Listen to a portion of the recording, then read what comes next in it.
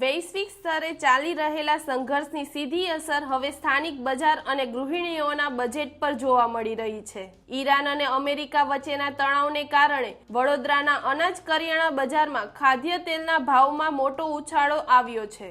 વડોદરાના પ્રખ્યાત હાથીખાના બજારમાં તેલના ડબ્બા દીઠ સીધો 200 રૂપિયાનો વધારો ઝીકાયો છે। પામોલીન તેલ જે અગાઉ 2200 રૂપિયામાં મળતું હતું તેનો ભાવ હવે 2400 પર પહોંચ્યો છે, જ્યારે કપાસિયા તેલનો નવો ભાવ 2500 રૂપિયા નોંધાયો છે। હાલ સિંગ તેલ ભરવાની સિઝન હોવા છતાં તેના ભાવમાં પણ આંશિક વધારો જોવા મળ્યો છે અને બજારમાં ડબ્બો 3050 રૂપિયાની આસપાસ વેચાઈ રહ્યો છે। મધ્યમ વર્ગ માટે તેલ ખરીદવું હવે આર્થિક રીતે મુશ્કેલ બની રહ્યું છે। હાથીખાના અનાજ કરિયાણા બજારના પ્રમુખ નિમેશ શાહના જણાવ્યા મુજબ આંતરરાષ્ટ્રીય સ્થિતિને કારણે પુરવઠા સાંકળ પ્રભાવિત થઈ છે। હા, 100% ગૃહિણી માટે વોર ઇફેક્ટ એટલા માટે કહેવાય કે ભરવાના ટાઈમમાં 150-200 રૂપિયાનો વધારો આવ્યો તો સ્વાભાવિક છે કે થોડુંક ગૃહિણીને એવું લાગે એમના બજેટમાંથી થોડું વધારે પૈસાનો ખર્ચ અમર થાય, પરંતુ એક બાજુ વોર ઇફેક્ટ છે।